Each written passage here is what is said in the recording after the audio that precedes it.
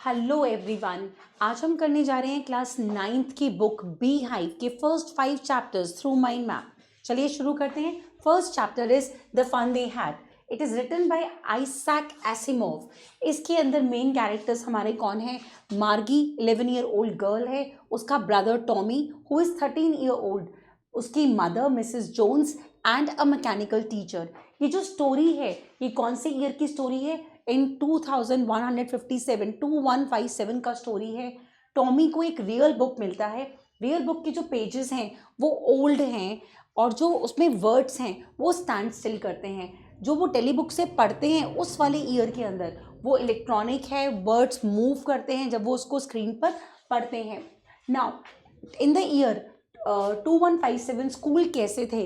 Private and personalise थे। बच्चे घर से ही क्लासेस लेते थे और उनके पास पढ़ाने वाले रोबोट्स थे और उनकी जो लर्निंग जो उनकी बुक्स थी वो इलेक्ट्रॉनिक्स थी। अर्लियर टाइम के अंदर टीचर्स मेन थे। बच्चे स्कूल इकट्ठे जाते थे, वहाँ पे हंसते थे और एक दूसरे से सीखते थे। तो मार्गी को लगता है कि real books are better and real teachers are better. तो अर्लियर टाइम के अंदर लोगों को बहुत मज़ा आता था। सेकेंड चैप्टर है हमारा the sound of music. The sound of music के 2 पार्ट्स हैं। फर्स्ट पार्ट में जो स्टोरी है वो एल्विन ग्लेनी का स्टोरी है। एल्विन ग्लेनी जब वो 8 ईयर्स की थी तो उन्होंने एक पियानो के कॉल को रिस्पॉन्ड नहीं किया and by the time she was 11 years old उनकी डेफनेस यानी उनकी ना सुनने की प्रॉब्लम कंफर्म हो गई because of gradual nerve damage. Now उन्होंने एक दिन एक लड़की को जाइलोफोन सुनते हुए बजाते हुए देखा एंड उन्होंने डिसाइड किया कि वो म्यूज़िक लर्न करेंगी। उनको सब ने डिस्करेज किया, उनके पेरेंट्स ने, उनके टीचर ने, लेकिन एक परकशनिस्ट थे कौन? Ron Forbes. उन्होंने उनको उनके टैलेंट को या उनकी उत्सुकता को प्रमोट किया और उन्हें बताया कि उनको म्यूज़िक अपने कानों से नहीं अपने बॉडी के बाकी पार्ट्स से सुनने की कोशिश करनी है। और 16 ईयर्स की एज में उन्होंने ऑडिशन दिया रॉयल एकेडमी ऑफ म्यूज़िक में और उन्होंने सबसे हाईएस्ट मार्क्स स्कोर किए। उनको 1991 के अंदर सोलोइस्ट का अवार्ड भी मिला जो कि सोसाइटी का सबसे प्रेस्टिजियस अवार्ड है। तो यस, जो एल्विन ग्लेनी है वो म्यूज़िक सेंस करती हैं अपनी बॉडी के हर पार्ट से, अपने कानों से नहीं। इनफैक्ट वो अपने हेयर से भी म्यूज़िक सुनने की क्षमता रखती हैं। नेक्स्ट है इसी के अंदर द साउंड ऑफ म्यूज़िक का पार्ट 2 है दी शहनाई ऑफ बिस्मिल्ला खां। बिस्मिल्ला खान का पूरा हमें काइंड ऑफ बायोग्राफी गिवन है। जो बिस्मिल्ला खान है ही वॉज बॉर्न ऑन 21 मार्च 1916 में। एक फैमिली ऑफ म्यूजिशियंस में वो बॉर्न हुए। एट द एज ऑफ 3 उन्होंने अपने अंकल्स को शहनाई बजाते हुए देखा। ठीक है, उन्होंने खुद भी शहनाई को प्रैक्टिस करना शुरू कर दिया बालाजी के टेम्पल में और मंगला माई के टेम्पल में इन बनारस।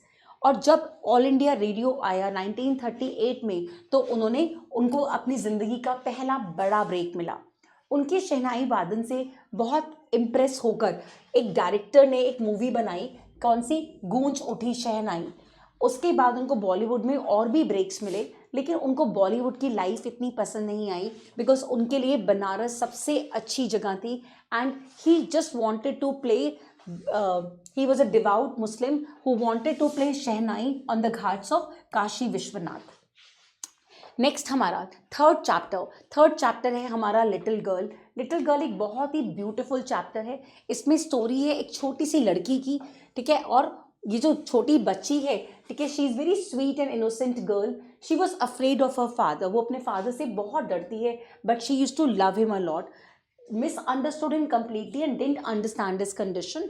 वो उनको बहुत मिसअंडरस्टैंड करती थी। शी यूज टू थिंक कि मेरे फादर बहुत स्ट्रिक्ट हैं और मुझसे शायद इतना प्यार नहीं करते हैं। जो कीजिया की मॉम थी she was caring, loving, honest and supportive और वो अपने हस्बैंड की प्रॉब्लम्स को अच्छे से समझती थी। कीजिया के जो डैड हैं ज़्यादातर बिजी थे, बहुत हार्ड वर्किंग मैन थे and he required a lot of rest all the time.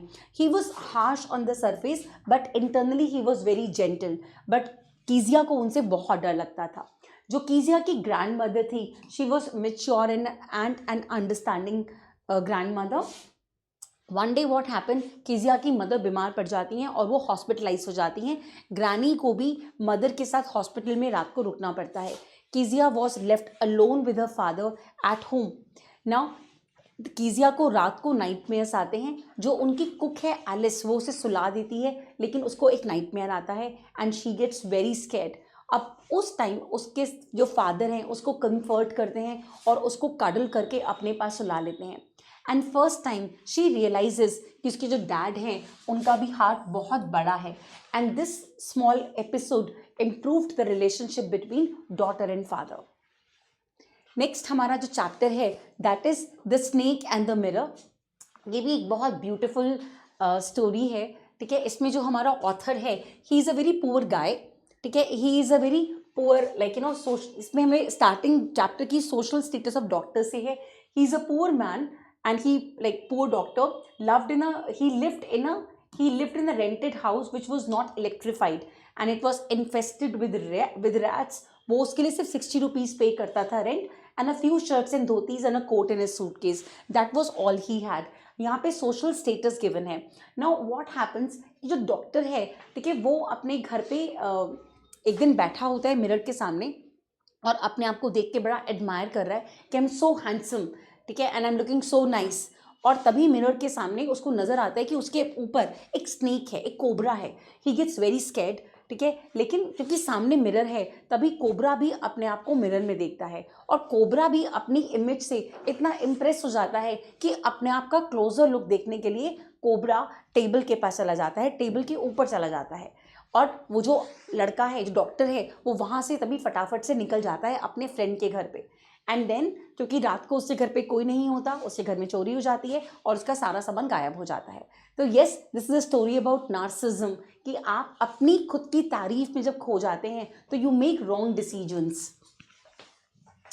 Next जो स्टोरी है ट्रूली ब्यूटीफुल माइंड, ये बायोग्राफी है हमारी एल्बर्ट आइंस्टाइन की। एल्बर्ट आइंस्टाइन, आपको पता है, he was born in 14 March 1879 and his mother thought, और जब वो पैदा हुए थे उनकी मदर को लगा था कि ही इज़ अ फ्रीक। और उनके जो फ्रेंड्स हैं वो उन्हें सारे क्या बुलाते थे, ब्रदर बोरिंग कह के बुलाते थे। And then he went to high school because उनका पढ़ाई में ज़्यादा इंटरेस्ट ही नहीं था और वो म्यूनिक में हाई स्कूल के लिए गए। आइंस्टाइन को जो स्कूल का रेजिमेंटेशन था कि इतने बजे आना है, इतने बजे जाना है, बिल्कुल पसंद नहीं था। तो उन्होंने स्कूल छोड़ दिया when he was 15 years old. उन्होंने फिर अपनी एजुकेशन को स्विट्ज़रलैंड में कंटिन्यू किया क्योंकि स्विट्ज़रलैंड के अंदर इतना टाइट स्कूल, इतना स्ट्रिक्ट स्कूल नहीं था। He was a gifted mathematician, उनका मैथ्स में बहुत ही अच्छा कमांड था। वहाँ पे वो अपनी एक फेलो स्टूडेंट से मिले, ठीक है, कौन थी, मेल्विका मैरिक, जिनसे उन्होंने शादी कर ली 1903 के अंदर। बाद में उनका इनके साथ डिवोर्स भी हो गया and he married to his cousin, ठीक है ना। उन्होंने एक पेपर लिखा 1905 के अंदर जिसपे उन्होंने किसके बारे में बात करी, थ्योरी ऑफ रिलेटिविटी के बारे में बात करी, ठीक है, जिसमें उन्होंने टाइम और डिस्टेंस के बीच में रिलेशनशिप इस्टेब्लिश किया, मास एंड एनर्जी के बीच में भी रिलेशनशिप इस्टेब्लिश किया। उन्होंने जो अमेरिकन प्रेसिडेंट रूजवेल्ट थे उनको एक लेटर भी लिखा, ठीक है, regarding the harmful effects of nuclear bomb in the year 1939। और उसके बाद 1945 में अमेरिका ने वो वाला न्यूक्लियर बॉम्ब ड्रॉप कर दिया जापान के ऊपर और उससे जो आइंस्टाइन है बहुत दुखी हो गए और उसके बाद उन्होंने अपना जो latter part of his life है उन्होंने स्पेंड किया इन एडवोकेटिंग वर्ल्ड पीस। हमने 5 चैप्टर्स कर लिए हैं, देखते हैं इन 5 चैप्टर्स में से कौन से हमारे क्वेश्चंस आए हैं। ये वाला क्वेश्चन हमारा इन द ईयर 2017 में हमारे एग्जाम में आया था। क्वेश्चन है which one of the following statement is not true about Albert Einstein, he published the relativity theory. ये हमने पढ़ा, उन्होंने पब्लिश किया था, ये स्टेटमेंट करेक्ट है। He received Nobel prize in literature, ये भी करेक्ट है। He warned the American president, ये भी करेक्ट है। He propose the formation of the world government, उन्होंने ऐसा कोई प्रपोजल नहीं दिया था।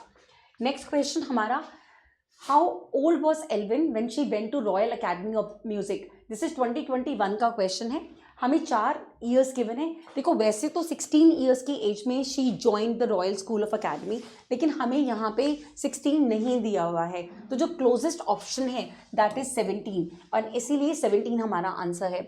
Now today Tommy found a real book, what does a real book stand for. यहाँ पे रियल बुक का मतलब क्या है, a very old book, a book printed on paper, a book on computer screen, a book on, देखो वो real book में वो टेलीविजन बुक की तो बात ही नहीं कर रहा है और पेपर की भी बात नहीं कर रहा है, is talking about a very old book. Clear? तो थैंक यू।